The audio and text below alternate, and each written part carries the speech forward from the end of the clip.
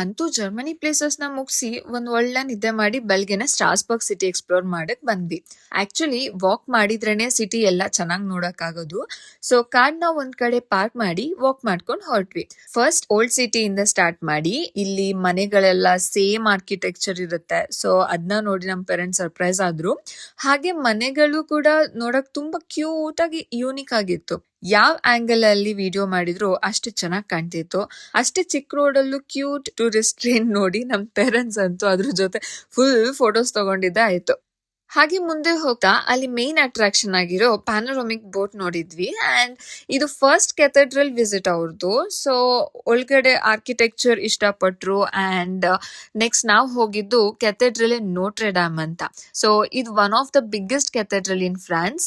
So ಮಳೆ ಬರ್ತಿತ್ತು, ಆದ್ರೂ ಕೂಡ ಕ್ಯೂ ಅಲ್ಲಿ ನಿಂತ್ಕೊಂಡು ಮೇನ್ ಕೆಥೆಡ್ರಲ್ ಒಳಗ್ ಹೋದ್ವಿ. ಹೊರಗಡೆ ಬರೋದ್ರೊಳಗೆ ಮಳೆ ನಿಂತೋಗಿತ್ತು. ಹಾಗೆ ಕೆಥೆಡ್ರಲ್ ಮುಂದೆ ತುಂಬಾ ಫೋಟೋಸ್ ತಗೊಂಡು ಸ್ವಲ್ಪ ರೀಲ್ಸ್ ಮಾಡಿ ಮತ್ತೆ ಕಾರ್ ಪಾರ್ಕಿಂಗ್ ಕಡೆ ಹೊರಟ್ವಿ.